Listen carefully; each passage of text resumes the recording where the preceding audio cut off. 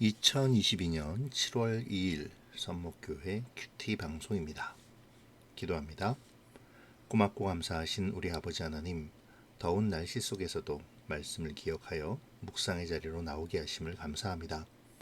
이 시간도 함께하여 주셔서 주의 말씀이 이끄시는 삶을 살아가도록 인도하여 주시옵소서. 감사를 드리며 예수님의 이름으로 기도합니다. 아멘. 오늘 묵상할 말씀은 시편 7편 1절부터 17절입니다. 여호와 내 하나님이여, 내가 주께 피하오니 나를 쫓아오는 모든 자들에게서 나를 구원하여 내소서. 건져낼 자가 없으면 그들이 사자같이 나를 찢고 뜯을까 하나이다. 여호와 내 하나님이여, 내가 이런 일을 행하였거나 내 손에 죄악이 있거나 친한 자를 악으로 갚았거나 내 대적에게서 까닭없이 빼앗았거든 원수가 나의 영혼을 쫓아 잡아 내 생명을 땅에 짓밟게 하시고 내 영광을 먼지 속에 살게 하소서. 셀라.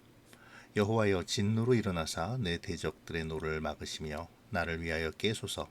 주께서 심판을 명령하셨나이다. 민족들의 모임이 주를 두르게 하시고 그 위 높은 자리에 돌아오소서. 여호와께서 만민에게 심판을 행하시오니 여호와여, 나의 의와 나의 성실함을 따라 나를 심판하소서. 악인의 악을 끊고 의인을 세우소서. 의로우신 하나님이 사람의 마음과 양심을 감찰하시나이다. 나의 방패는 마음이 정직한 자를 구원하시는 하나님께 있도다. 하나님은 의로우신 재판장이시며 매일 분노하시는 하나님이시로다. 사람이 회개하지 아니하면 그가 그의 칼을 가시며 그의 활을 이미 당기어 예비하셨도다. 죽일 도구로 또한 예비하시며 그가 만든 화살은 불화살되리로다. 악인이 죄악을 낳으며 재앙을 베어 거짓을 낳았도다. 그가 웅덩이를 파 만듦이요 제가 만든 함정에 빠졌도다. 그의 재앙은 자기 머리로 돌아가고 그의 포악은 자기 정수리에 내리리로다. 내가 여호와께 그의 의를 따라 감사하며 지존하신 여호와의 이름을 찬양하리로다. 아멘.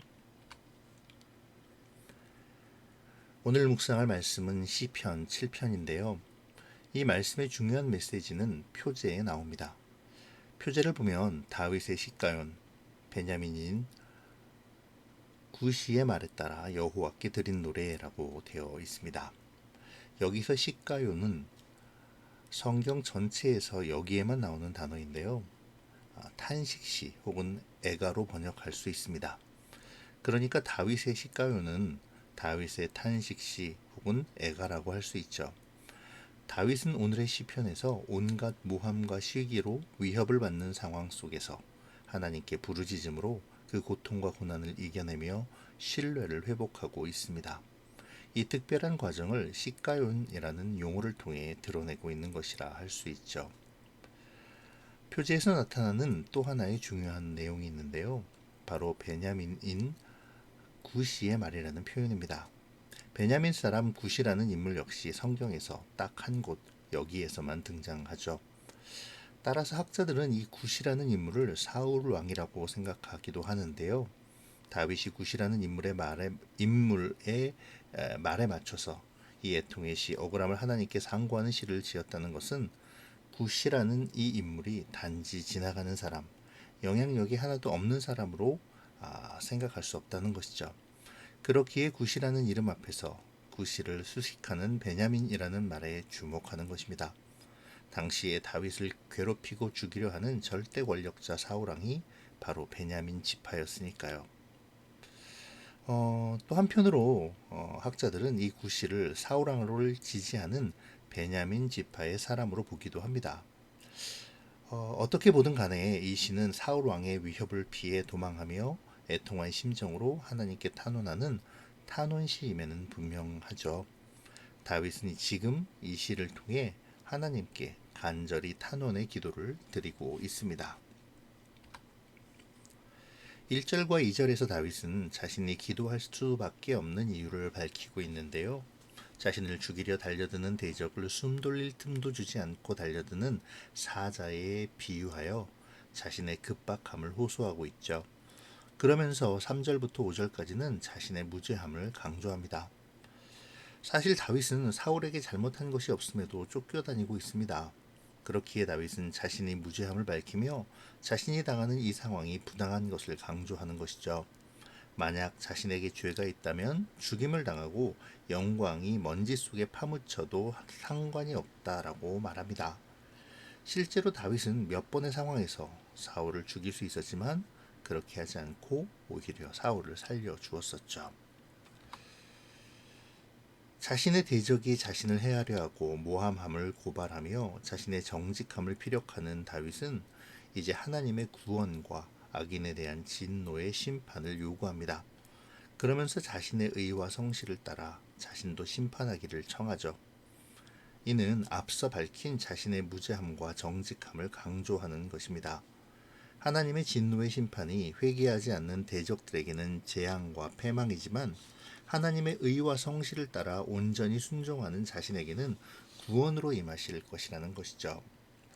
의로우신 재판장이신 하나님께서 죄악 속에 있지만 회개하지 않는 다윗의 대적들을 재판하시며 그들의 죄로 말미암아 매일 분노하실 것입니다.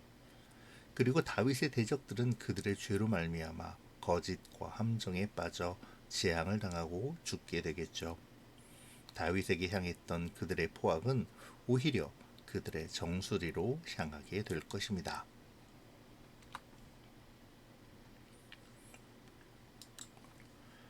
다윗은 오늘 시편의 시작을 여호와 내 하나님이여 라고 시작하죠. 또한 3절에서도 여호와 내 하나님이여 라는 이 말을 반복하는데요. 이는 다윗이 하나님과 어떤 관계를 맺고 있는지를 잘 보여주는 표현이기도 하죠. 다윗은 가장 힘든 그 순간에 하나님을 지칭하여 내 하나님이라고 부르므로 하나님과의 관계가 아주 친밀함을 나타내고 있습니다. 이러한 점을 생각하면서 우리를 돌아보죠. 우리는 하나님과 얼마나 친밀한 교제를 나누고 있습니까? 하나님이 나의 하나님이 되고 계시나요? 아브라함의 하나님, 이삭의 하나님, 야곱과 다윗의 하나님이 바로 나의 하나님이신지요? 혹시 우리는 하나님을 부르면서도 아브라함과 이삭의 하나님, 다윗과 솔로몬의 하나님으로만 생각하고 있지는 않습니까? 아무리 성경에 나오는 위대한 인물들의 하나님이시라 할지라도 나의 하나님이 아니시라면 아무런 소용이 없을 것입니다. 중요한 것은 그 하나님이 나의 하나님이신가 하는 것이죠. 누구의 하나님이 중요한 것이 아니라 바로 나의 하나님이 중요한 것입니다. 이 시간 하나님과 나와의 관계를 먼저 깊이 묵상하면 좋겠습니다. 오늘 본문의 시는 베냐민 사람 구시의 말로 인한 다윗의 상처가 그대로 드러나고 있는데요. 다윗은 이 베냐민 사람 구시로 통칭되는 대적에 의해 심히 고단한 삶을 살아가고 있습니다. 죽음의 위협도 받고 있죠. 하나님께 간절히 기도하는 이유이기도 합니다. 우리 역시 마찬가지이죠. 때로 우리에게는 이 구시와도 같은 사람들이 나타납니다. 아무런 이유 없이 공격하고 넘어뜨리려 하죠. 그때마다 우리는 어떤 반응을 보여주고 있나요? 하나님을 원망하며 하나님이 그를 혼내주시기를 기도하고 있나요? 오늘 다윗과 같이 나의 대적에 멸망당하기를 하나님의 진노의 불이 그에게 내려지기를 간구하며 저주합니까? 하나님께 신원하는 것은 매우 좋은 습관입니다. 하나님께 기도하며 하나님의 심판이 임하기를 기다리는 것이 신앙적인 태도이죠. 그리고 하나님께서 악한 자를 심판하시는 것은 당연한 일입니다. 그런데요, 훗날 여로보암과 르호보암 때 나라가 둘로 갈라지게 되었을 때 다윗의 후손인 르호보암의 곁에 남았던 지파는 바로 오늘 다윗을 저주하며 모함했던 그리고 죽음의 위기로 몰아갔던 바로 그 베냐민 지파였습니다. 정말 아이러니한 일이 아닐 수 없는데요. 우리는 이렇게 역사를 이끌어 가시는 하나님을 생각하며 우리 주변의 사람들을 바라보아야 하죠. 그들의 패악을 하나님께 신원하되 그들을 향한 긍휼의 기도도 함께 드려야 합니다. 하나님의 뜻이 어디에 있는지를 묻고 그들에게도 복음이, 구원이, 하나님의 긍휼이 임하도록 기도와 사랑의 섬김을 보여야 하죠. 오늘 내가 품어야 할 베냐민 사람 구시는 누구일까요? 그 사람을 어떤 방식으로 품어야 할까요? 이것을 묵상하며 기도하는 시간이 되면 좋겠습니다. 다윗은 하나님께 탄원하며 자신의 무죄함과 정직함을 항변합니다. 하나님 앞에 성실함과 의 그리고 마음의 양심이 있음을 고변하죠. 악인의 악을 끊고 의인을 세우소서라는 다윗의 기도는 이 점을 잘 드러내고 있습니다.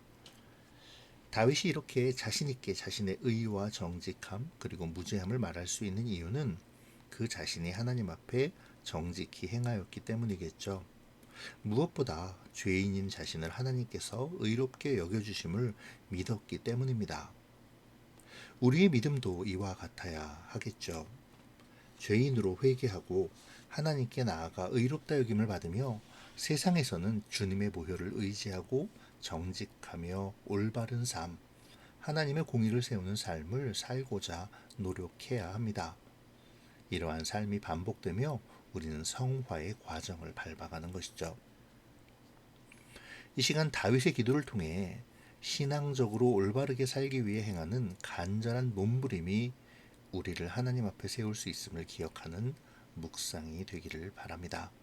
그렇게 성화의 과정을 밟아가기를 소원하는 우리가 되기를 바랍니다. 기도로 마치겠습니다. 좋으신 하나님, 오늘도 묵상의 자리에서 우리의 모습을 돌아보게 하시니 감사합니다. 이 시간 묵상을 통해 우리가 어려움 가운데서도 하나님을 바라는 신앙을 사모하게 하시고 무엇보다 하나님을 나의 하나님으로 여기는 믿음이 굳건하게 자리 잡게 하여 주시옵소서. 그 믿음으로 하나님이 원하시는 정직하고 선한 하나님의 의를 힘입어 의를 행하는 자의 삶을 살아가게 하여 주시옵소서. 또한 나를 괴롭히는 자를 향한 긍휼한 마음을 주셔서 하나님의 심판 속에 긍휼이 그에게 임하기를 기도하고 품을 수 있게 도와주시옵소서. 이후에 각자의 묵상에도 함께하여 주셔서 온전한 하나님과의 교제가 이루어지게 하시고 주님이 주시는 지혜와 명철을 의지하며 하나님의 뜻을 알고 살아갈 힘을 얻기를 소원하는 이 시간이 되게 하여 주시옵소서. 감사를 드리며 예수님의 이름으로 기도합니다. 아멘.